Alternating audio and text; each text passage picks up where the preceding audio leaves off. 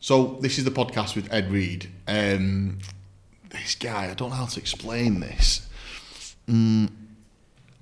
What's the right terminology? He's not what you think he's going to get from him. I'm so grateful of this podcast. It's exactly what I needed today. I think if you run a business, I think if you have a team, I think if you've got a franchise or a franchisor, you're thinking about it, this podcast would be great for you to just get to the nitty gritty of what could be challenges, what you're going to face, leaving a corporate job, buying another franchise, understanding what it's like to have a partner in business and taking your family along for the journey. I hope you enjoy it as much as I did. I've been really selfish with this one. Thanks for listening.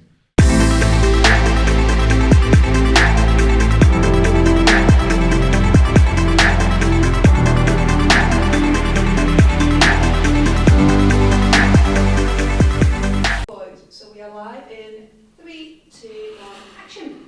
Okay, so it's another podcast episode, and what I love about these podcasts is that I get the energy of people, and I go to lots of different events and meet different people and shake their hands, and I'm like, cool, I like this person, and Ed's one of them. So I'm not going to introduce you because I don't exactly know completely what you do, but if you could just introduce yourself, please. Of course. So I'm Ed. I'm MD of the Alternative Board. Shall I tell you a little bit about what we do? Yeah, please. You just imagine no one knows what you are and what you do. Yeah, cool.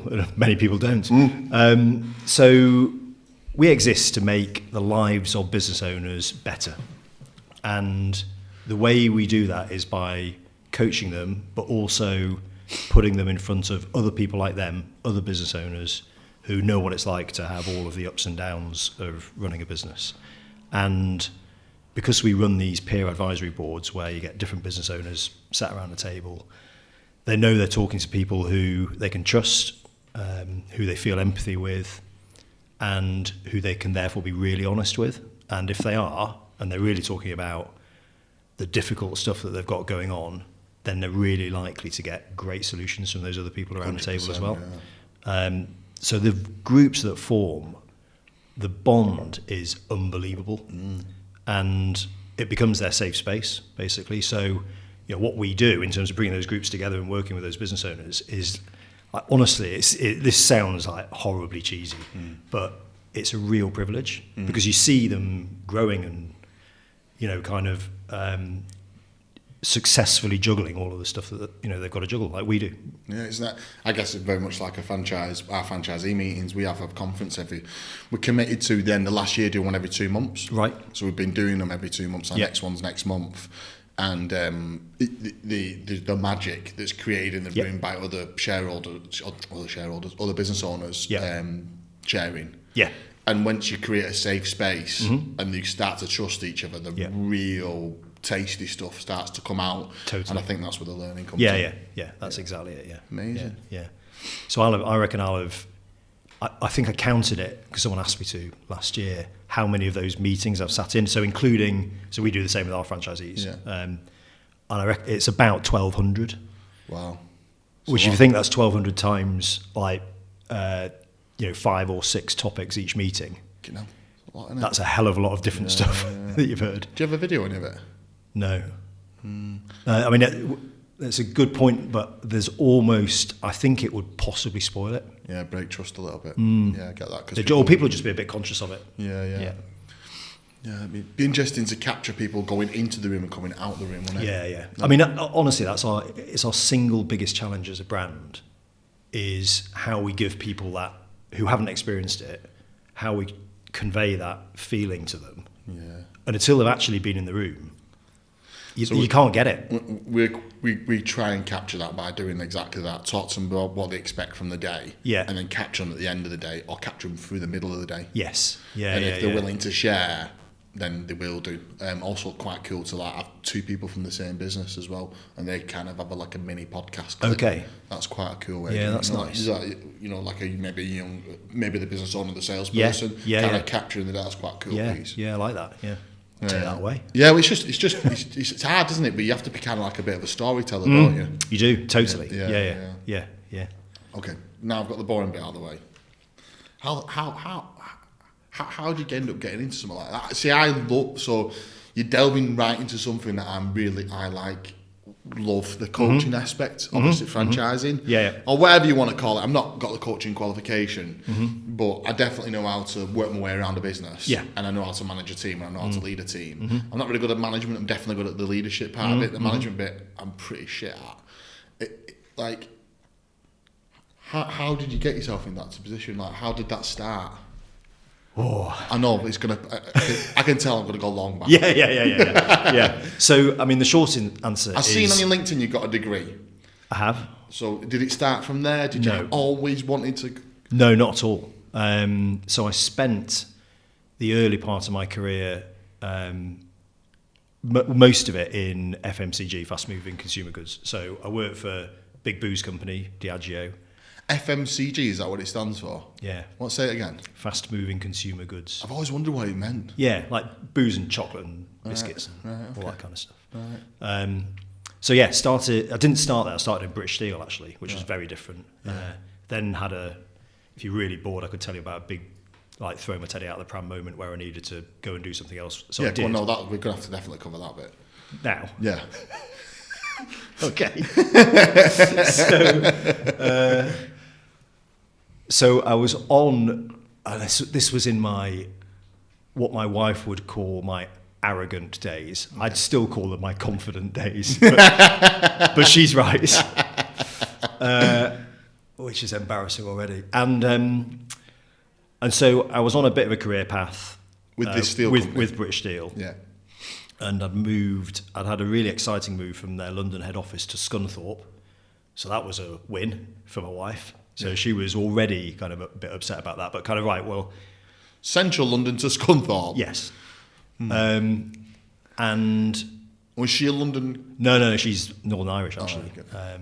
So, yeah, definitely not Central London. like very different. And I'm not from London either. Do you mean you prefer to be in Scunthorpe, or do you prefer to be in London? At the time, I was thinking I'd prefer to be in London, but that was only because I'd gone down there after my degree. I'd got a job down there, and it was all really exciting. Done the London life. Yeah, exactly. Yeah. But I mean, now I would definitely not go down and live there again personally. I love going to visit it, but I've always found it I hate using this terminology because it's so negative, but the rat race. Yeah. I spent a bit of time down there with a mate of mine, and I would go down and not be working, and he would be working, and watch him burst out the door, run to the tube, get on a tube, not speak to anyone, and then go to the pub and spend the whole night in the pub afterwards. Yeah.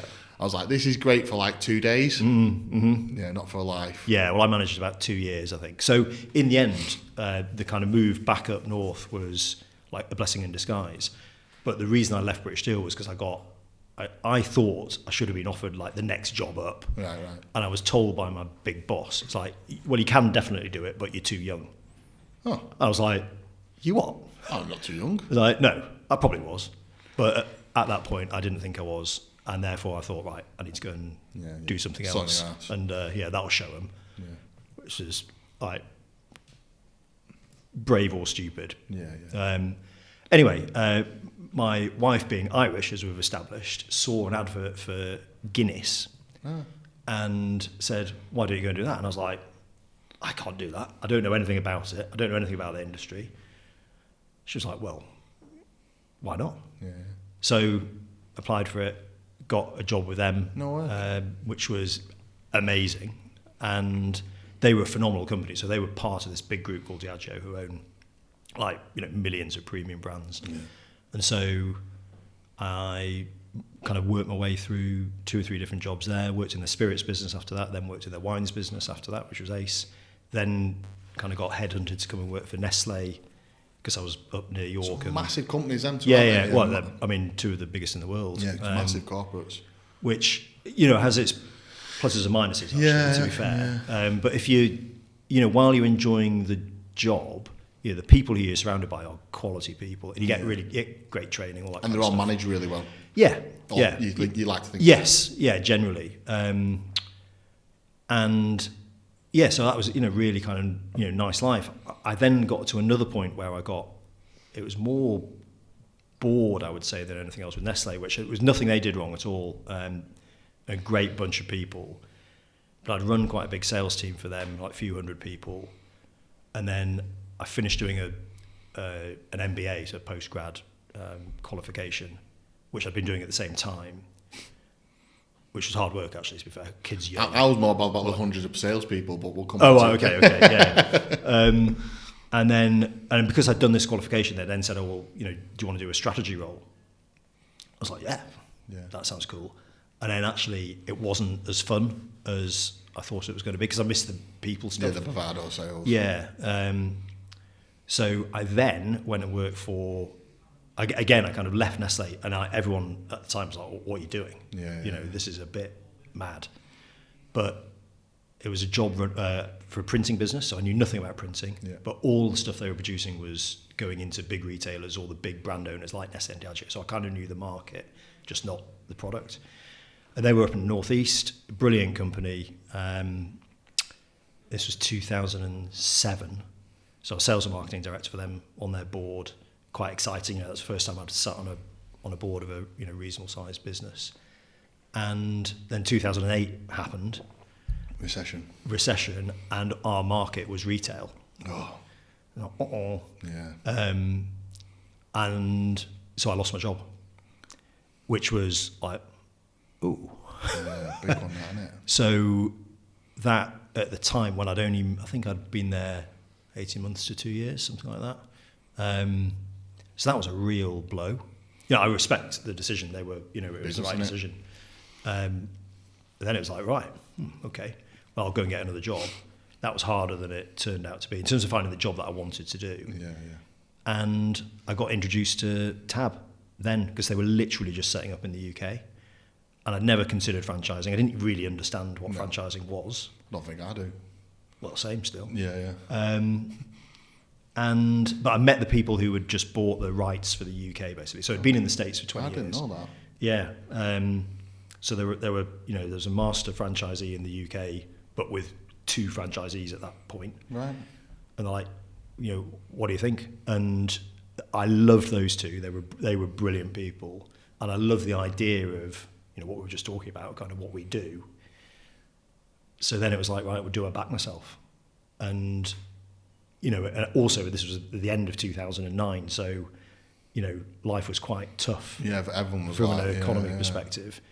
And my wife, Dav, had come to the Discovery Day with me, and I'd basically decided not to do it.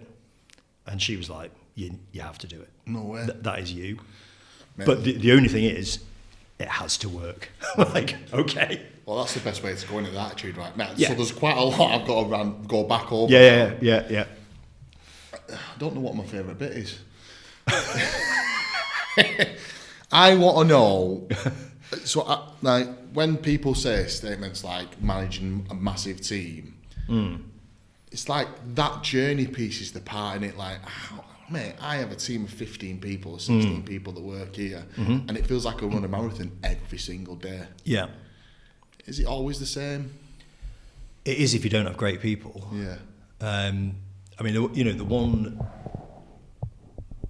I did wonder about some of the questions you were going to ask me, and obviously I'm always all over the place. And I'm really selfish on my podcast. Perfect, I love it. Yeah. So one of the things I did think was like, right, what's been a constant Yeah. through everything? And it's been my belief that if you get good people around you, you're halfway there. Yeah. And one of my clients actually said in one of the meetings that we run, and this would be 10 years ago. He said this. It was like, he was the MD of a big business. I'm permanently trying to make myself redundant. Yeah. And it was the first time anyone had actually voiced it like that to me. I was like, ooh, yeah, no, I like that. I'll be honest with you, and I don't want to sound like him, but I do think that as well. And it's not because it's just because I've learned that having great people around you makes the business grow. Yeah. It's not always. I feel like the hardest bit is actually letting them believe it, making them believe it. Sometimes I think it's them bits. It's so like it's great hiring good people, but then sometimes coaching them and making them believe that they're great people is difficult sometimes. As well, sometimes it's also letting them fail. Yeah, and I find that really, really hard. I am exactly the same. I've got someone you met downstairs before, and hearing them come out with stuff, and I'm like, I can solve this in about 3 sentences, but I'm going to shut up. You've got to let it go. Yeah. Yeah, that is hard. Yeah, I'm not sure that'll ever become easier. It's not my nature, that. No. But I've got better. Yeah. Just So when you first started off at, is it Danjo, did you say it's called? Diageo. Diageo. What was the first kind of role, and how did you get into like managing people? So I'd started, the first role in Guinness was just selling basically. So it was me and another guy who was my boss, and we were selling to one of their big customers, all of Scotch and Newcastle's pubs.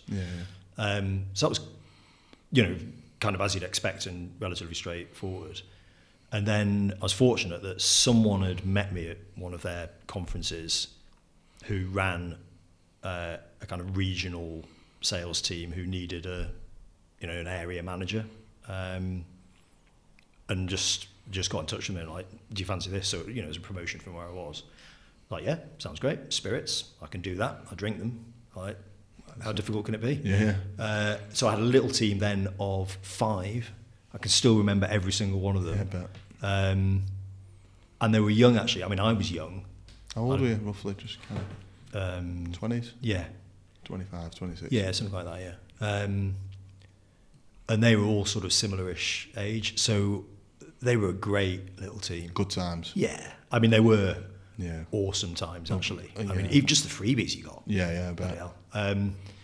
That whole sector is Yeah, amazing. So my mum used to work for Bass Breweries. Okay, Yeah, right. yeah. Right, did she? Yeah, right, okay. Yeah. So yeah, all that world, it Yeah. would have been kind of very, similar kind of back, Yeah. back then. And that was so this was the early 2000s, basically. Yeah. So then, I was lucky enough that I had my boss, who was a good people person. I'd have been on a number of different courses. Has there and been stuff some like key that. people in your career that Yeah. you kind of lean on? Yeah, and talk you through totally. And he'd certainly been one of the early ones who absolutely, for some mental reason, had faith in me from day one, and made it really clear. Yeah. And I was kind of thinking, are you mad? Yeah. Why? Can you figure out why? Not Now, can you think why? now, I suppose. Yeah, What do you think? I guess so. There'd be I think it's probably what he saw was a mixture of kind of some intellectual ability, but more my kind of empathy, EQ stuff, and an ability to, work with people. Yeah. You don't seem like the type of person who loses his shit a lot. I don't actually. No. Yeah. You seem like that. Like I try not to, but now and again I have. But what the good thing about me is I blow up and I come back down. Yes. Again. Yeah. But you don't strike me the type of person that would Yeah. shout and scream and stuff like that. No. Which is important managing a team, especially in sales. Yeah. I mean, I suppose what I've always had is I've always had either mates or my wife who I'll talk to, and and if I need to let off steam or have a little rant with someone, then there's always been someone there. Yeah. But yeah, it'd be very, very rare I'd lose it. Yeah. Again, that's another important one. Great teams, but then great family life that you can offload to, and the good circle of people around you. Yeah. It's everything, isn't it? Actually. Yeah. It really is. Yeah. It's weird. Like social media definitely has an influence on some of people's offloading of thoughts, and you often see be careful of your circle, who you've got in your life. Yeah. And it's not until you go through them parts in your life you realise it's not just an Instagram post, or it's not just a quote. It's very real. It's very, very real. Yeah. And I always find it hard to swallow when people have massive friendship groups and loads of social life. It's just so not me, but I understand why people do. But I always understand. I always think to myself, but how do they process all them opinions and friendships and where do they stand and how do they comfort? How do they? Well, it's also how they're wired, isn't it? Yeah. Or how any of us are wired. That some people thrive off, and they charge themselves up through other people. Yeah. I actually sometimes. So my business partner Mags is like that. Yeah. And I love her to bits. I'm the opposite side of the circle. Yeah. Whereas there's times when I sometimes just need a bit of time on my own, Yeah. and I'll text her going, "This is one of those times." Yeah. She's like, "Let's meet up." And I'm No. just give me half a day. Yeah. I just need to decompress a little bit and But that is just how, some of that's just understanding yourself well enough. And, there's lots about my kind of profile from that perspective, which is not particularly attractive, but I'm reconciled with it. I'm really very cool about all of it. And I kind of joke about it now in terms of, well, here's all the bits that, you can consider, well, that's just Ed being a dick. But it's kind of, well, I'm not pretending to be anyone who I'm not. And I know myself well enough to know how to kind of regulate myself almost. Yeah. You'll have definitely been through. So you mentioned like kind of the bit about blowing off steam and leaving that job, and I guess we'll talk about ego a little bit, aren't we? And I think it's a funny one, isn't it? Being, I think men and female go through it. Definitely, like I'm tapping the table, but men and female go through it, don't they? As well, but I think men definitely go through it. Is that realization sometimes that I've been a dick and it's my ego here, and I need to deconstruct it, and I think that is very difficult. Well, and that's the I was sort of semi-joking about Dav talking about me being arrogant and me saying it's confident, but it was arrogance, the arrogance of youth, and a lot of that is, and that's the kind of, there's a competitive nature there, which is I want to be doing all of the stuff that you pick off all the very best bits that your mates are doing. It's like, well, I should be doing that. It's like, well, no one else is. It's like, well, I'm going to give it a go and kind of almost pretend that I'm there. And so there was definitely that going on in my 20s and 30s for sure. And there's probably bits of it still going on now, but I'm more conscious of it and less bothered about it. You've mentioned your missus quite a few times. She's a big part of your life and a big solid part back. Yeah, I mean, we met at uni. So we've known each other more than half our lives now, which is mental, really. But no, she is. We're a really, well, I would say we're a really good double act. You need to get her in. She'll bring a bottle of wine. Yes. Where do I start? Yeah. She was so upset when. So when I'd gone from the booze company and the allowances we used to get, which I said were great, and then so I got a load of beer to start with because I was working in the Guinness bit. Then I used to get a load of spirits, which was great. It just got less but higher quality. And then wine's business got even less but even higher quality, and she was loving it. Then went to Nestle, load of chocolate and sweets, quite happy with that. And I went into printing. She's like, "What are you doing?" I was like, "What?"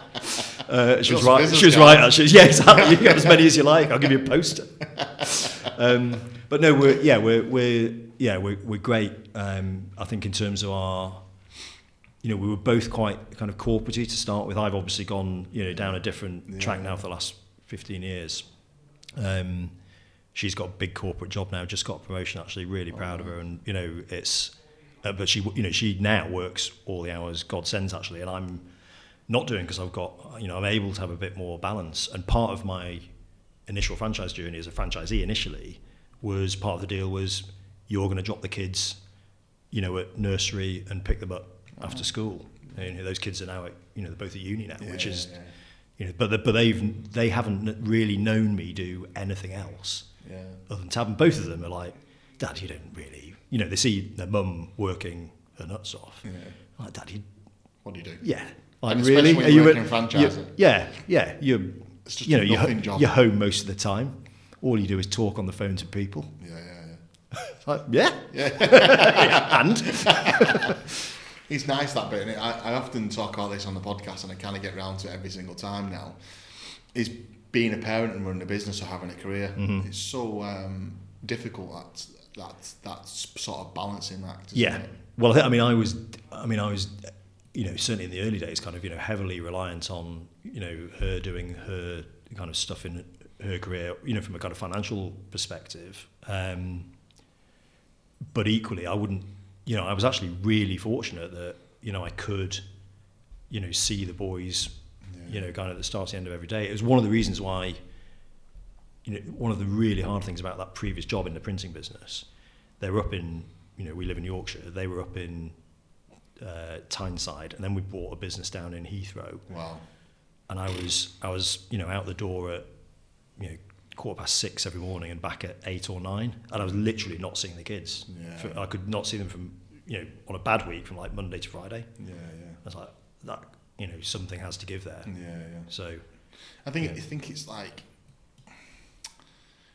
it's what you did. It's difficult, isn't it? See, I've got some friends who are in the army and stuff. I've got a couple of friends who work away a lot, and I feel like it's that thing of that. You still get to spend quality time with them. You're just not with them all the time. But are you being inspiring to them as well by showing them what could work? It's such a difficult. It's a total minefield, isn't it? And I think it is really difficult. There is no. I don't think there's a right way. Correct. I was just going to say that. I feel like there's just how you make it work. Yeah. I think I can't remember which podcast it was, but someone that summed it up, and I really liked it. Is just if you're aware of it, that's good enough. Yeah. And I think if you're, I totally agree with that. And I think if you're authentic, all the way through it, then the kids will pick up what they pick up. But actually, ultimately, when they're, certainly when they're younger, they haven't got a clue really. They're more bothered about how you are with them. It's what you're. Yeah, exactly. It's what you're going through. What you've got. Yeah. Sometimes I FaceTime the lads and I'm in a hotel. It's 8:00 at night and they both don't even look up from the game. The iPad. It's like whatever, Dad. Whatever. And I'm like, nice to see you too. I'm like, I've got to get back and see the lads. Yeah. I have ended up having a conversation with Charlene for half an hour and don't even speak to them two. So I think to myself, well, it can't be that bad. I can't be missing out on that much.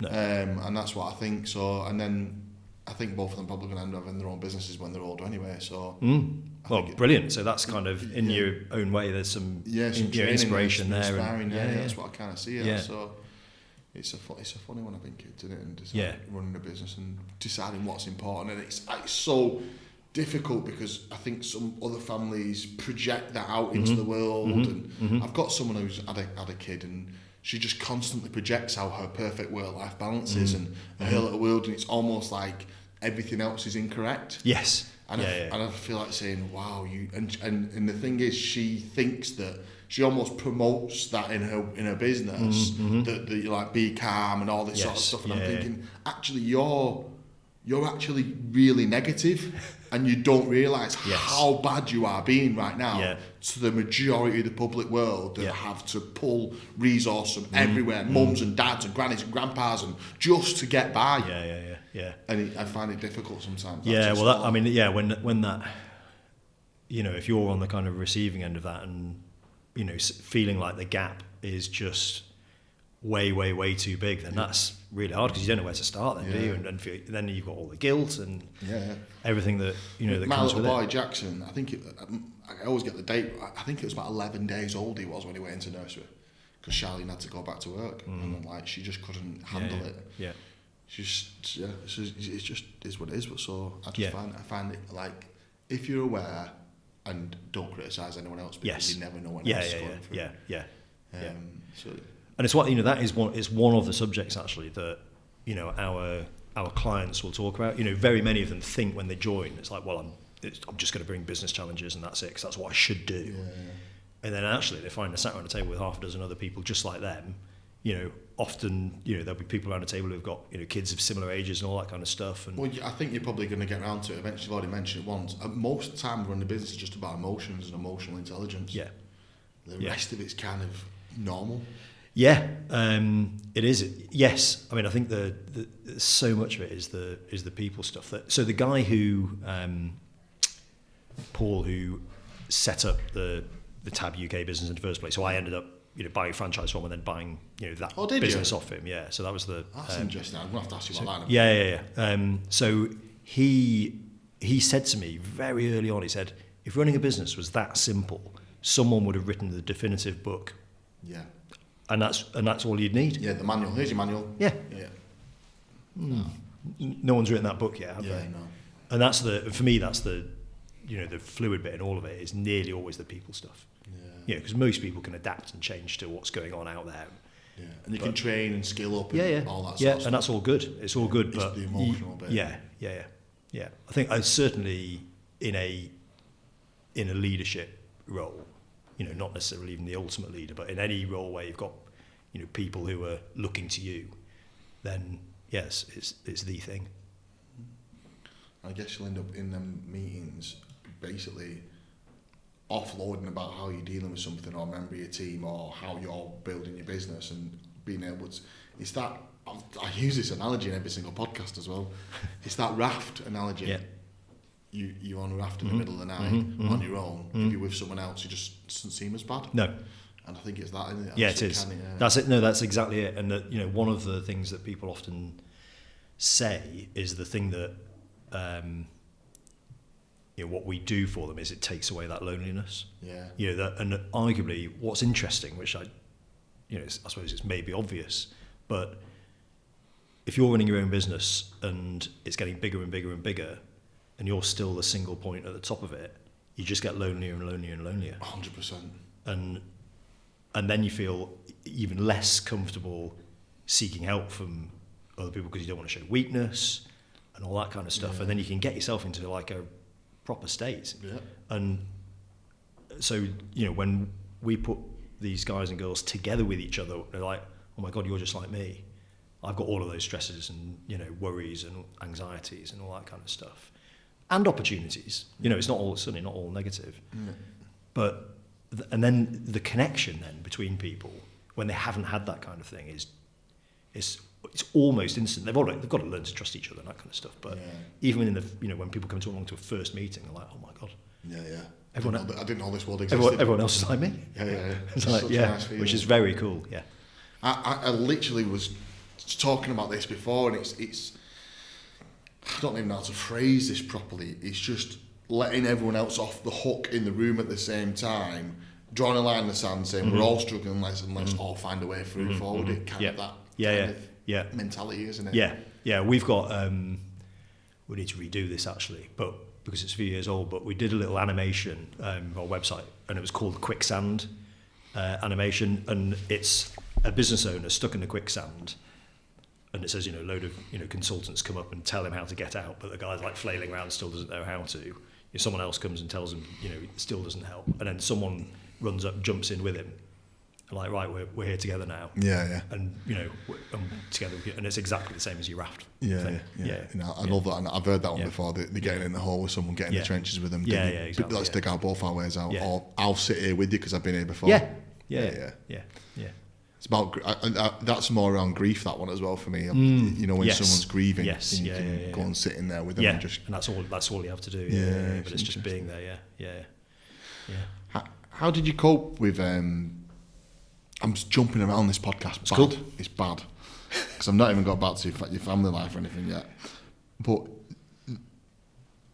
how did you go from a massive corporate dealing with that into basically being an entrepreneur? Well, I had that transition from the kind of big corporate into this printing business, which was an SME. So they were like 100 people, but it was still a decent size company. Still massive. That's a really good question, actually. Yeah. I mean, did you just slip into it, or can you remember some difficult moments? Yeah. I know. You just because think about if you were thinking about buying a franchise, and you were in big corporate. What you say now could be real good information for someone. So can you think about anything? Or spectacularly bad. Well, either way, again, the raft analogy. Yeah. So, and I was lucky that I had, my franchisor, because we were tiny then. For my first 2 years as a franchisee, there were probably only maybe up to a dozen of us, including the franchisor and their sort of central team. So that felt great because we were quite intimate as well. It was. And you could pick the phone up at any time. They were based just up the road from me. We had monthly meetings anyway. So all of that helped for sure. But I do remember, a story I'll tell prospective franchisees of ours when they ask me about how I got on with my franchise. And if any of them are, sufficiently interested, I'll tell them about. There was a night in a mobile home in France when we were on family holiday, and I think I was in my second summer, so I'd started the business in January basically, so it was 18 months in, and I was awake at 3 o'clock in the morning in this tiny little room, this tiny little bed with kind of Dav there, me there, like she's peacefully asleep, and I'm just staring at the ceiling, thinking, this isn't working. Yeah. And I've got this agreement with her that it is going to work. Yeah. Because if it didn't work, that was yeah, I know. I'm very pleased we didn't go there, but that would have been bad. You know, borrowed money. Yeah, house gone. All that kind of stuff. Yeah. And if I'm being really honest, I'd have been more bothered about the ego stuff than anything. Because we could always have downsized, I suppose. Yeah. Not that would have been a comfortable conversation. But you know, that would have been okay actually. But yeah, the blow to my ego, I think, would have been that. Whether I could have come back from that, I don't know actually. But it was one of those moments where I was like, right, I've got minimums to pay to my franchisor. I can see where that's going. They're ramping up again. You know, I'm going to have to go and get some more clients, and it's bloody hard.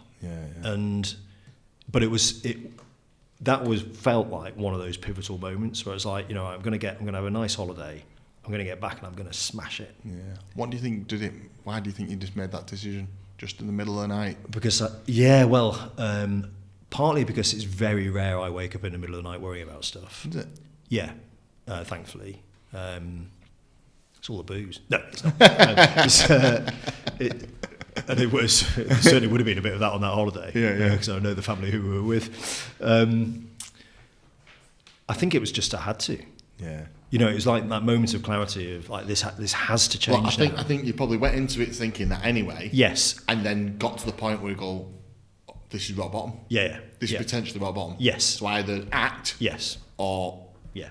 Well, or. Yeah. I didn't see the other stuff really as big a choice. It's like I've seen that trait before in other people we've had franchises with. Okay. Yeah, I've seen it before. Right. Yeah, where it's like, hey lads, hey. They get into it, it's all warm and cuddly and everything seems to be okay. And it kind of gets not okay. Yes. Yeah. And then it's like a hey lads, hey conversation. Yeah. Well, I think I'd been, and I wonder if I've never really examined this before properly, but I knew I was really enjoying the work I was doing. I was absolutely loving working with business owners and creating an environment. Yeah, exactly. You know, that was very cool. I really liked the people, you know, within my franchise network as well. You know, so that was all good. The only issue was actually not doing enough of it. Yeah, and therefore not reaping the rewards of it sufficiently. So, and then actually, lo and behold, I managed to turn it around and off I went, and kind of almost the rest was history in terms of the my journey as a franchisee. And then it would have been 3 or 4 years after that I was then approached by the franchisor going, right, we're looking to sell. We want you to be the person who buys it. Like, you what? Oh my God. Yeah. So there's some interesting, like, how do you go about buying a business? Well, so we don't have to tell me everything. No, it's fine. So that first meeting happened in a really nice pub near our house. So the then franchisors, who were a business couple, Paul and Joe, phoned me and said, right, we want to meet you and Dav, my wife. I was like, that's weird. It's like, okay, that's fine. Maybe you're doing that with all of the franchisees. Yeah. So we went and had this, really nice meal, and then, kind of an hour into it, they're like, right, anyway, we've got something we want to talk about, and we're wanting to exit, and we'd like you to buy it. So it's me and my wife, and we both pretty much immediately went, well, we're not going to do that, because we knew we wouldn't do that. We didn't want to do that together. I mean, we didn't. I don't think we ruled it out on the spot, but we did within a couple of hours of leaving. But I knew that I didn't want to do it on my own. Partly because I'd seen Paul and Joe, this couple who were having this conversation with us. I'd seen them operate brilliantly together. They kind of really complemented each other. And so I thought, well, I am interested in it. I'm going to have to go and raise a shed load of money. Which isn't necessarily going to be easy, but I don't want to do it unless I'm going to do it with someone else. And thankfully, this is another one of those rules of business that I broke almost immediately. It was like, never go into business with your mates. So one of our best friends, Mags, who's now my business partner. So she had been doing a bit of kind of consulting in conjunction with her husband. He'd actually been one of my clients as well as Tab. So they knew about Tab a little bit from that angle. And obviously from, what I told her as, as mates. Just being friends. Yeah. And so, so I went and did the same thing as had just been done to me. It was like we'll go for a drink with, Mags and her husband Mark, and like float this crazy idea to them. And they're like, actually, that's interesting. And so then, Mags and I decided that's what we were going to do. I mean, not like that. Yeah. But so then it's like, right, we need to go and find some money. So then it's off to the banks. And you just create a business plan and talk about the idea, look at the overheads for the last however many years from the previous business. So we did all the due diligence and stuff, which was a lot, and we also, because we're an international franchise, we also had to sign like a whopping great franchise agreement with Tab International. Right, yeah. So then we're having conversations with them in the States. I had a brilliant relationship already with them because I was one of the original franchisees in the UK. But even then, that still felt like, that did feel like a very big step at the time, very big, because I was having this, a conversation with Jason, who's still the global CEO. I remember meeting him in a hotel lobby in Denver when we decided this is what we were going to try and do. We still had to go and raise the money and all that kind of stuff. And I remember being really nervous about sitting down with Jason because he was like, he's like the sort of god. Yeah. He's a lovely, lovely guy. Now the relationship I've got with him is amazing. But back then as a little franchisee, it's like, right, or do you want to run the UK business and own it? Like, yeah. And it's like, that was quite. I don't normally get daunted by much actually. Yeah.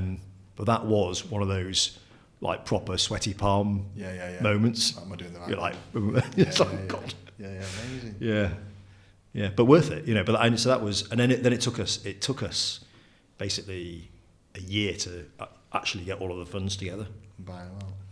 Which was because of the time we were doing it. It was the economy then. It was 2016, 2017 wasn't particularly great, and the banks weren't. Yeah, lovely. Weren't particularly up for it. Yeah. But thankfully, I'd had a really good relationship with one of the main bankers in York when I'd been running my franchise there, and he kind of it was more on him trusting me rather than. And he was like, I can sign a certain amount off, without it having to go to the where the computer says no, and.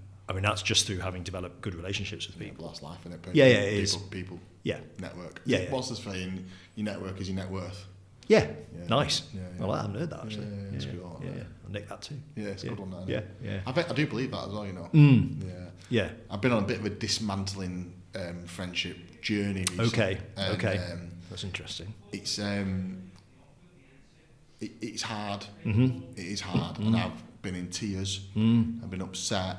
Question myself, but removing certain individuals from your life for things that didn't serve you any purposes anymore or made you question yourself. And you're talking about more than just like unfollowing someone on Facebook? Yeah, I'm talking about just like they are not in my life anymore. Wow. You don't have to announce it to them, you are no longer in my life. It's just don't be in contact with them anymore. Yeah. And it doesn't mean that they're a horrible person or a toxic individual. It's just that you're not right for you. Yeah. And I feel like the situations that you can, and then just moving on from it, it's tough, but also nice. It's also like an invigorating feeling at the same time. Yeah. And I feel sorry for people who have to constantly want to be liked and be friends with people and scared of that process. Because when you actually start doing, you fucking grow. Yeah. As an individual. Yeah. Like you really start understanding who you are, your identity, like everything starts coming out and you start thinking, actually, no longer have to worry about this anymore. And I don't know, it's not new. It's normally, I have a tangent. It's I think that nearly always happens after any brave decision. Yeah. It's hard, really hard. And stuff like that's about as hard as it gets, actually. Yeah. But if you fundamentally think it's the right thing to do, it almost certainly is. Yeah. It's a lot of people wouldn't do that though. Yeah, like I like proper, like it's almost become a little bit addictive. Do you know what I mean? It's almost become like I could do more of this. Well, as long as you don't only end up with one person. Yeah, exactly. Not like on my own. That was good fun. I don't know, quite sounded actually. but I'm feeling good. But I feel like also sometimes you need room for growth. Yeah. And I feel like some people that you've been around for a long time, they only remember the old. And I think that sometimes people don't go through change themselves. Yeah.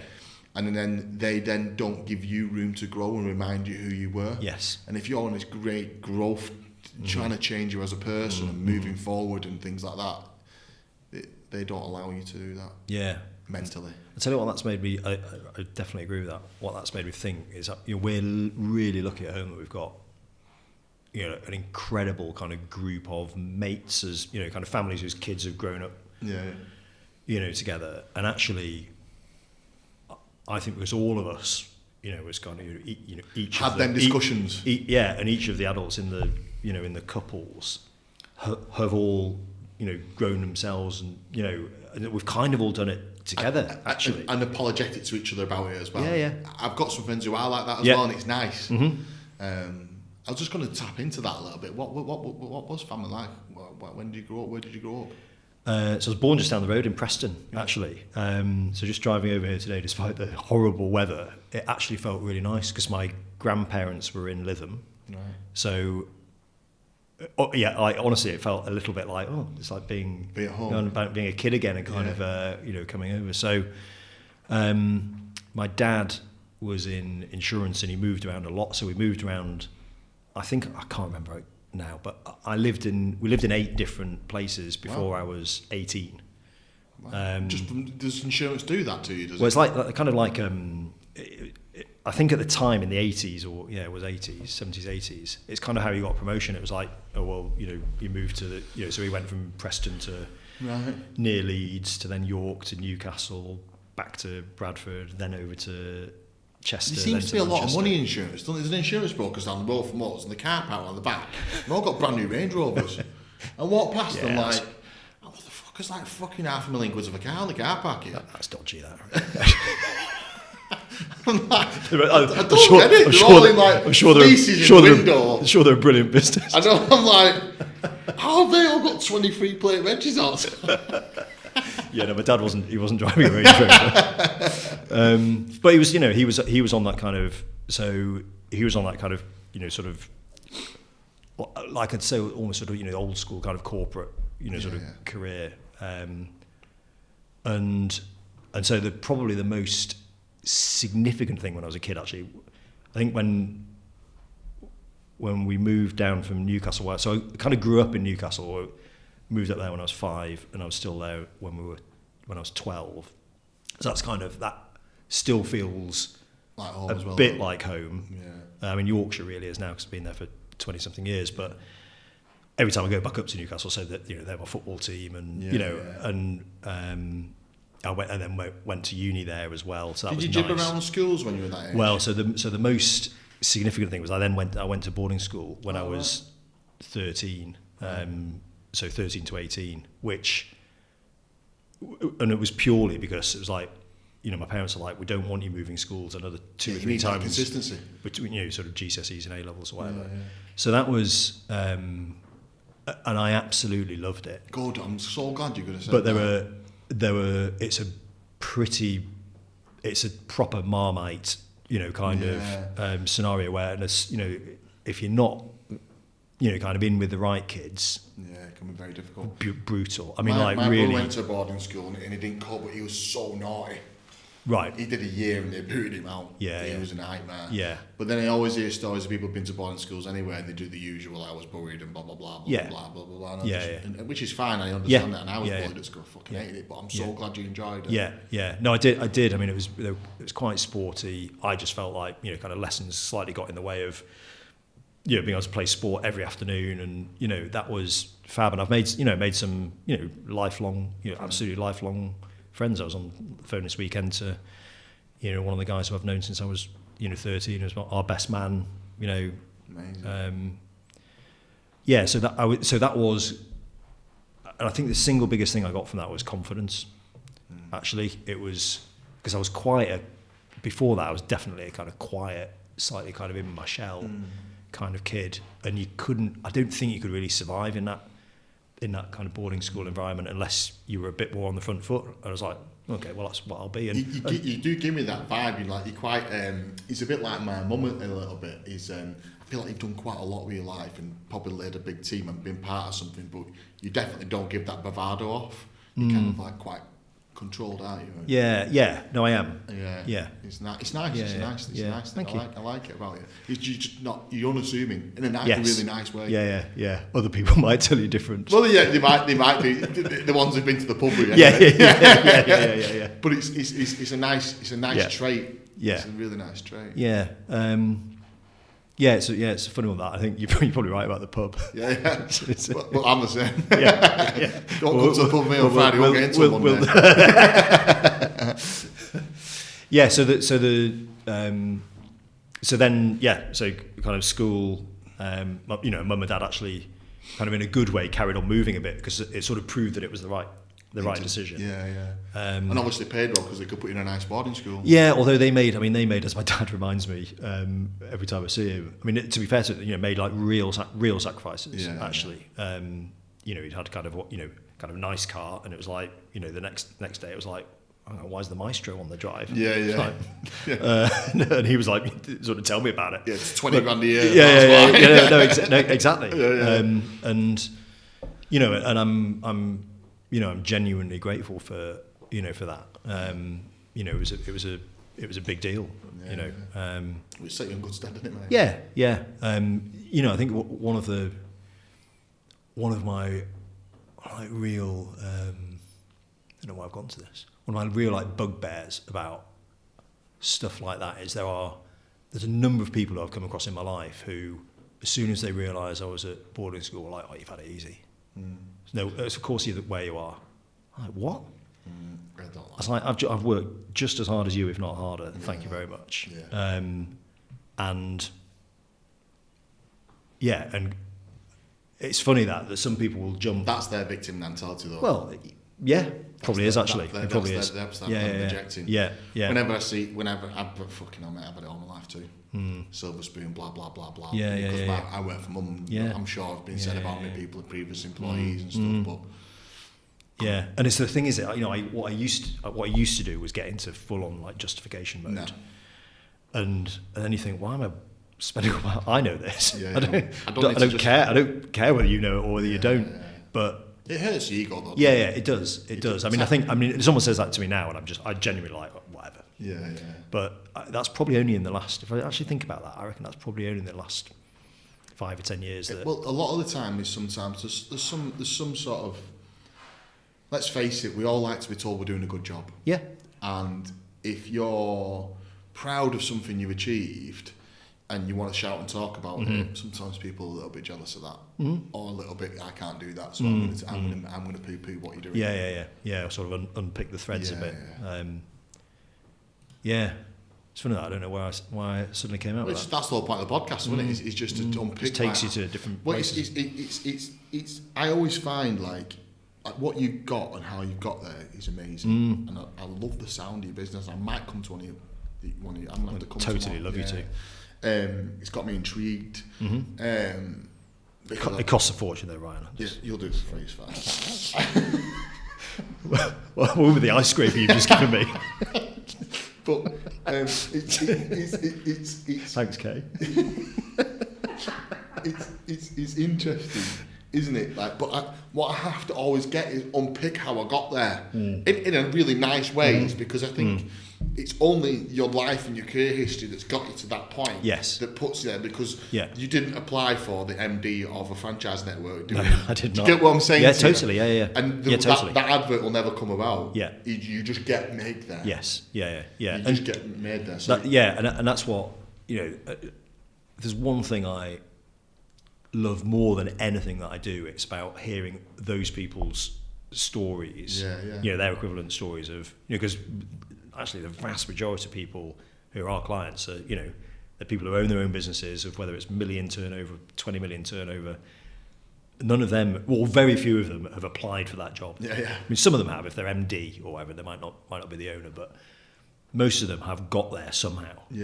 And all of those stories, every single one of them is different, but with the same few threads. It's like, work hard, spot opportunities, take some risks, hopefully be fairly good with people. And then for me, it's the because I sit there in disbelief. I'm like, how the fuck has this person got to this situation? And that's why I started the podcast, because I did it from a purely selfish point of view of just not understanding how other people are so successful. Success as in business, because I think success is actually a different word. Actually. Yes, yeah. And I'm just like, how the fuck have they got there? And how have they dealt with it? Because every single day I'm like, I get tested in ways I never thought I would get tested. And I've had to dig deeper than I've ever thought. And then I think to myself, I've sorted and I've got through that lesson this week. And then some other massive bomb just comes on like, what the fuck? So that's why I started the podcast, is because I think that the franchise industry needs to hear stories of people and how they got there.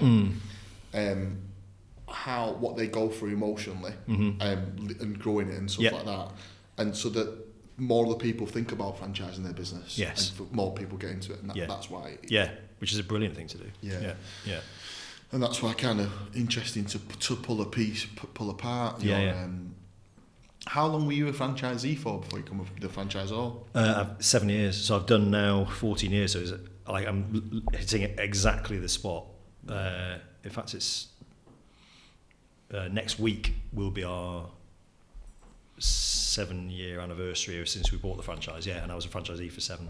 Wow. So half and half so far. If you were going to give anyone advice who's thinking about buying a franchise or becoming a franchisee, what could you give me? Like, I think maybe two Yeah. tips of advice. Be prepared to absolutely work your nuts off for the first couple of years. Don't make an assumption that just because you're buying a system and you're investing in it that it will just happen for you.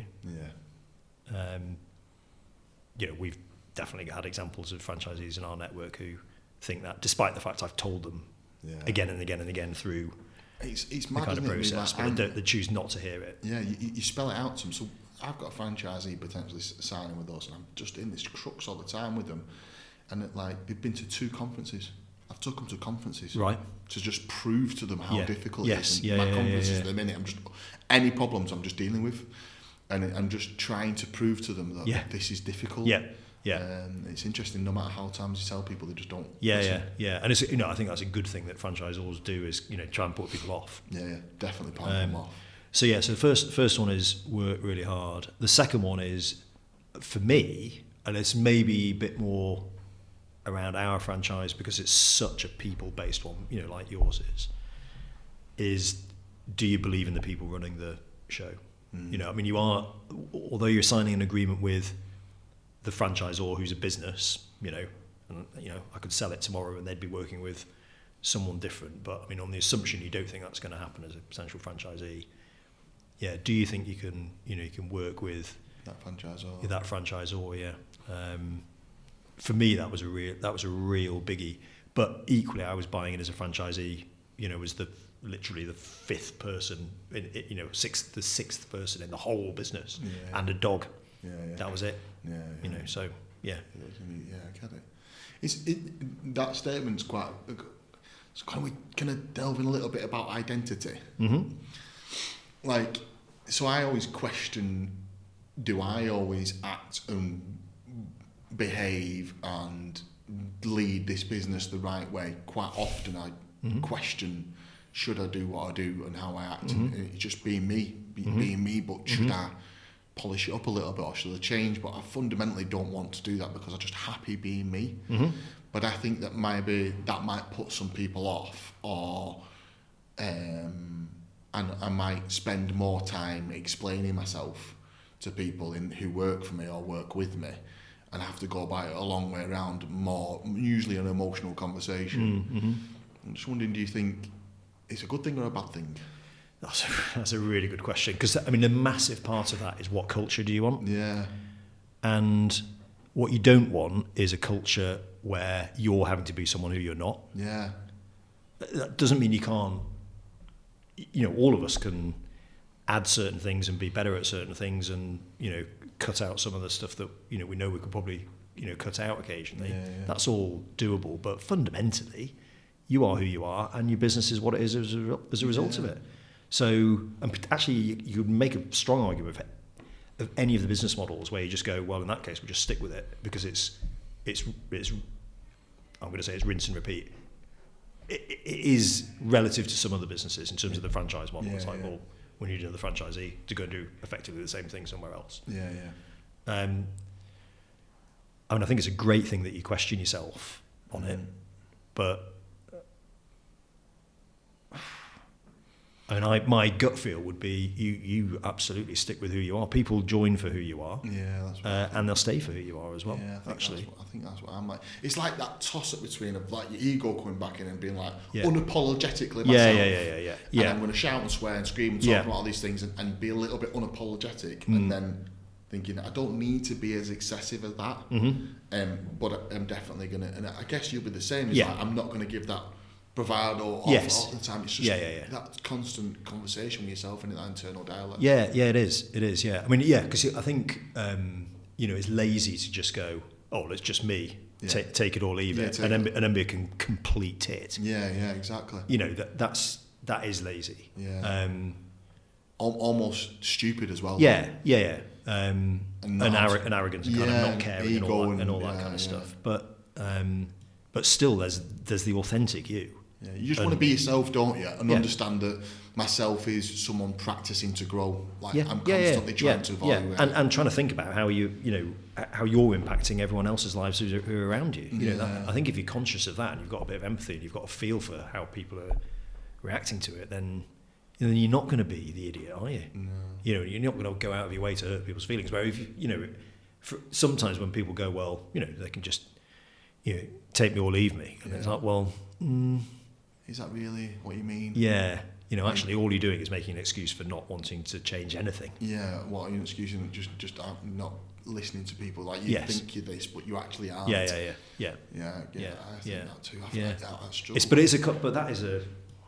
I know I'm quite deep and stuff like that. It's just it's on the top of mind at the minute. It's just like, should I, shouldn't I? Yeah, and whether you want it or not, people look to you as the leader of the business. Yeah, no. And therefore there is a role that you're playing. It's perfect if you're playing it 100% as you. But then that comes with its problems sometimes. Yeah. So because I'm quite open, I have an open door policy, but not a policy, but I just fucking leave my office all over fucking policy. But like being able to have deep and meaningful conversations about life and partners and all that sort of stuff means that sometimes a lot of my time can be taken up by having deep and meaningful conversations, not actually getting on with the job, and it's just trying to find what's the best thing. I've had a lot of time taken up this week about just talking about someone's emotions and dealing with it, and it's like that toss up between, I'm thinking to myself, fucking hell, was that a right business decision or not this week? Do you get what I'm saying? Yeah, but I mean, if I totally get that. If you're not questioning the decisions you're making, that's also really dangerous. Yeah. I mean, there's a balance, isn't there? You don't want to be, every single decision and going, oh my God, I'm going to sit in a dark corner and have to think about every single element of it. You'd kind of just end up in a puddle of water, wouldn't you? But but I think the kind of constantly challenging of like, right, okay, well, on the big decisions, what was that right? And talking to, that is the beauty about. I mean, it's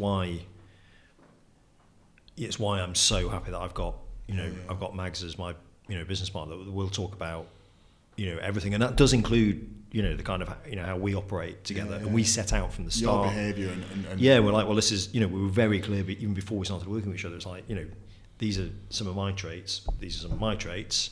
There's going to be times when you're going to drive me completely mad, and I'm definitely going to drive you even more mad than that with some of the stuff I will do and how I'll act. But actually, first of all, we understand that, and secondly, then we've got a language that we can, where we know we can each talk about that. And occasionally over the last 6 or 7 years, there've been there's been kind of a couple of moments, nearly always with me winding her up, and she's not, because she's so nice, has kind of sometimes not said something when she probably should have done. Should have done, yeah. And then eventually and it's fine, and I think we've actually dealt with all of it really well. But and I've probably been a bit guilty of that as well.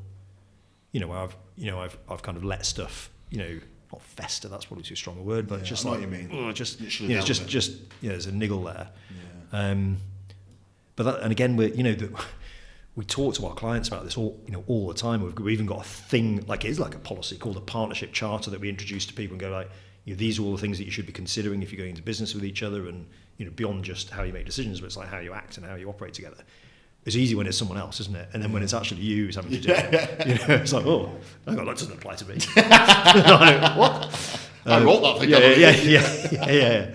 But obviously it does. But I think we're lucky that we can find a kind of language and a way of operating, and we know each other well enough that we know kind of how to get the best out of each other, and even just like the best working environment. And actually, where we have our very, very best conversations tends to be over like 1 or 2 glasses of wine. We also have lots of conversations over many more glasses of wine, but neither of us can remember what we said then. But I think you just find your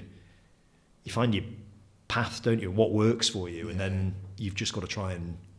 Most of my conversation at work, Mum is usually over an Indian or a Chinese. Are they? Yeah. Right. Yeah. Okay. Or in her kitchen. Quite often when you'll know when it's the toughest decisions, because I'll ring Mum in the morning and say, I'll meet you at your house. I'm coming over. Yeah, I'm coming over. And it's usually a working day before I need to talk to you in the kitchen. Yeah. Right. And then that's interesting. Yeah, because it's just like, come and sit in my office in 10 minutes and see how many times that door knocks. It's impossible. Yes. Okay. And to have any sort of depth conversation, get it really going, because you know what it's like. You have to unpick it, don't you? You have a conversation, then you've got to go back over it, unpick it, and then make the final decision. Totally. Yeah. So one thing we noticed quite recently, pre-COVID, Mags and I together would be on a train with each other going to our franchisee meetings, and we'd have, I think back then it was probably 4 or 5 meetings a month that we were going to, like 2 in London, 1 in Scotland, 1 in Manchester, 1 in Birmingham, that kind of thing. And we knew that because we had 5 opportunities every month where it would just be the 2 of us on a train. We'd save a load of stuff up and like, I know I need to talk about that then, so we'll talk about it on Friday morning when we're off up to Edinburgh or whatever. And that was amazing, and like really, it was a brilliant opportunity. Then COVID hit, so then we moved everything to Zoom, no face-to-face meetings for more or less a year, and so we weren't getting those opportunities to talk. Offload. And even now we're doing, because we've ended up doing kind of a hybrid of the meetings of some are Zoom, some are face to face. So we're only now just getting back into that kind of routine of those regular touch points where no one can interrupt us, no one can phone us, because the bloody phone doesn't work on a train anyway, does it? No. And I would, anyone who's in business who's got a business partner, like, you've got to create space, an appointment. Exactly, it has to be diarised. It's not just like, I just happen to. You have to go and pick the things that you want. Yeah. And if you get that working really well, then it means you don't have to bug that person with a random question at 7 o'clock on a Tuesday night. It's like, I'm just going to talk to them about it on Friday. I completely get that's that. fine. Yeah, that works well. That. What's next for you? 7 years in, 7 years out. Has you got the 7-year itch? Are you gonna carry on? No, definitely carrying on. I'm enjoying it too much not to. Last year, which we said to all of our franchisees actually, last year was the toughest year I think we've had. You'd think COVID would be and all that kind of stuff, but you kind of had to get into that, didn't you? And it's like, lots of stuff to do. I think it's still the same now. I think it's really tough. I still think the marketplace is. Yeah, well, ours is. I mean, well, it will be, because you've got business owners, haven't you? Lots yes, of so they're all our clients. So they're all finding it tough. We are basically a barometer of that market. The economy's tough at the minute. Yeah, it is. Although I do think it's improving. Yeah, I think it's improving this year. Yeah. Yes, but I think last year was just felt flat, and everyone felt bruised. That's exactly it. So that's exactly it. We thought, all of us, head office, all of our franchisees, people working really hard, and we basically, it was pretty much just a flat year. Yeah. What? That's a lot of peddling that to just get nothing. Just end up more or less where you started. So what in terms of kind of what next? So we had a bit of a, Mags and I had a bit of a a couple of glasses of wine. Yeah. We need to Get going. change some stuff now. And so we've made some really good decisions, I think, on stopping doing some stuff and being relatively unapologetic about it, but explaining it to the franchisees. This is what we're not going to do anymore. We're going to change some stuff. We're going to focus on 2 or 3 things this year. That's it. And if you want to add other stuff in, folks, you're going to have to make a sensational case for it. But we're going to do these 2 or 3 things really, really, really well. Focus. And we think they're the things that are going to make the difference. So I'm feeling great about it. Way better than, if we'd done this in December, you might have had a different Ed on the other side of the table. I'll be honest with you, I'm exactly the same. Right. Okay. So what's changed for you then? The market. Well, I'll Right. be honest. What's changed for me is me. Yeah. Yeah, I've just fucking roll my sleeves up and got Right. into the business, gone right back into the core business. Yeah, I'm not okay. saying it's down to me because it's not, because I've not. All I've done is go do this, do that, do this. This Yeah. needs looking at, because Yeah. I'm in that position of Yes. looking over. Yeah. Because I got myself there. Yeah. I can go back. This needs fixing. That needs fixing. This needs sorting. That needs done. I've got a consultant in. I've done this. Yeah. Made this happen. We've done that. Moved Yeah, around. yeah, Changed yeah. a couple of commission structures. Right. And it's back on track. Okay. Without that, I think it would be a disaster. Okay. But I think I'm working better, smarter, and harder. Great. Good. And I think everyone's probably done that. I Yes. think a lot of people Yeah. didn't want another 2023. Yeah. And everyone wants a 2024, Yeah, I which agree is with then that. pushing the economy. Yes. Yeah. Exactly. I think everyone kind of went, fuck yeah, this, yeah. I'm not doing this Yeah. again. Yeah. So that's definitely where we are. So, so I'm actually really excited about it. And Max and I have done a kind of a 5-year plan, which is what's triggered what we're going to focus on this year. Focus. But it is part of that slightly longer planning cycle that traditionally we've done a kind of a year at a time, whereas actually we've gone, no, this is where we want to be by 2029. And therefore we're going to have to change it. We've got to change stuff now in order to get there, which is nice. Like a bit of kind of new batteries plugged in and feel like really good about it actually. So it's exciting. Yeah, nice. Are you going to go for any awards or anything then? We will. It's one of those funny ones. So we got really close in one of our first years actually. We thought, oh, this is straightforward. Just enter an award and you're finalists. Like, amazing. And then we've entered, I think we've probably entered at least for one category a year, and I think we've maybe been finalists in one other thing once. But actually it's really tough, isn't it? People like you turning up and bloody making it difficult for everyone else. That's down to earth, thank God. Well, that's my amazing delegation We skills. need to have a conversation then. But we're going to go for the BFA awards this year. Yeah, and we great, and so you should. I don't think we'll get listed, but I think the work that goes into it's going to make us sit up. Yes. I don't think we'll get finalists. I mean, I don't think we're good enough, but I think the work to do. Well, I think you might surprise yourselves, but I hope you do actually. Because I honestly think you deserve to. So I'll be cheering if you do. That'll be awesome. But I think the process, the BFA process it's hard, and that's good. Yeah. It makes it worth it. Yeah, it totally. Yeah. But it really does make you look at, particularly if you've entered them, a couple of years in a row. It's like, well, what are we doing differently? Yeah. This year from last year. Yeah.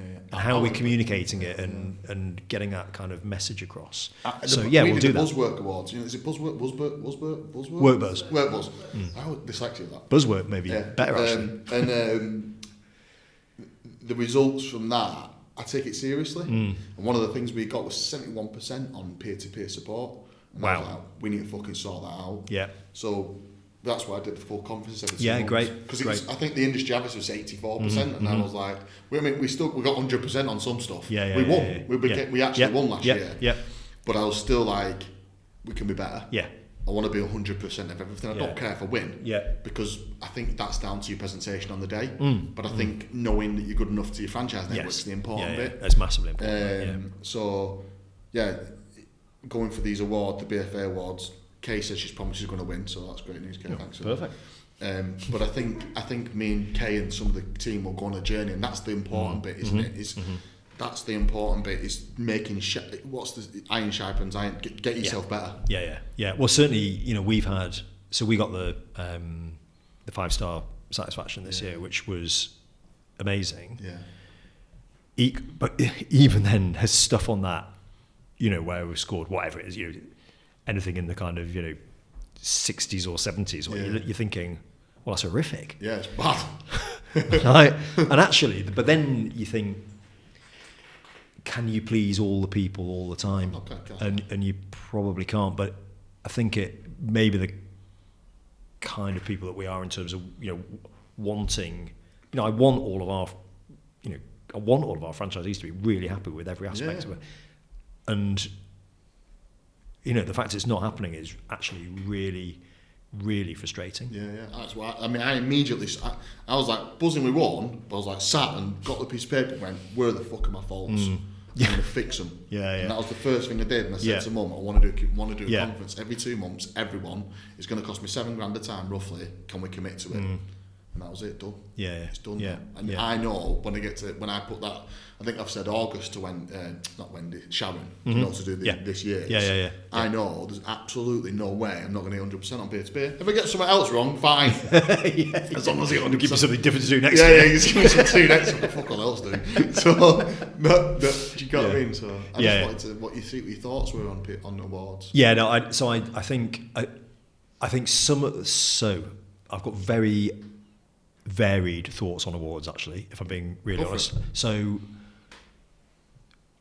the Work Buzz ones, of all of them, I think are, what I really like about them is you can see everything that you've been scored on because it's your franchisees scoring you. And it's a true one as well. Yeah, totally. And it's also then directly comparable with all of the other franchise networks. So I think it's really, really good. And I think each year they improve it a little bit and you can see trends and all that kind of stuff. And I really like that. And it's stuff you can act on, like you have done, really, or what you've got to do if you want to fix it.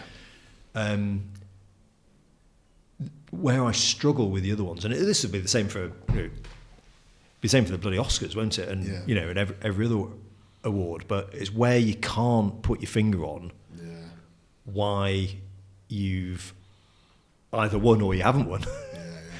And sometimes it just feels like, oh well, okay, even the explanation. So some of it feels a little bit. It's not cloak and dagger quite, but it's just. I think people who are the awarding body, and I'm conscious I'm saying this as a franchisor who gives awards out to franchisees, and some of the feedback we've had is, well, it's not really obvious why that person's won. It's like, well, we need to do better at that. So there's a huge bit of communication, I think, that's needed to explain why people have won, and then actually also on an individual basis. Where you've fallen short. We entered some awards last year and we still haven't had the feedback. We asked for the feedback of why we didn't get a different position. And we haven't had the feedback. And look, at the end of the day, they're busy. But it would have been nice just to have even 5 bullet points. Yes. Do this better, do this better, do this better. And I could have had something to work. And now I'm going to enter again next year. But I've nothing to go off. Yeah, it's really difficult. It is difficult that. So then you just go, well, okay, I'm just going to have to go with what I think is right, for the business. And actually, I'm not running my business so I win awards. No. With the exception of the Work Buzz one, where I do think that's something that we'll absolutely always do that. But the rest of the time it's I think there's some good disciplines in there, but there's a frustration there that is kind of, okay, well, do I really understand? You look at there's no arguing about if you look at the people who consistently win. And you go, they are very, very well-run businesses. And I'm, and that's fabulous. But it's like, help us get there then. Teach us how we'll get there. We're doing better. Yeah. Okay, I think I'm going to wrap it up. All right. I think we've covered everything I possibly can, mate. It's been absolutely delightful to get to know you a bit better. Yeah, likewise. Yeah, it's been. I've really enjoyed that. Thank you. So selfish with that podcast. It's just been literally about me. But thanks for coming, mate. Well, absolute pleasure. I really mean that. Thanks, mate.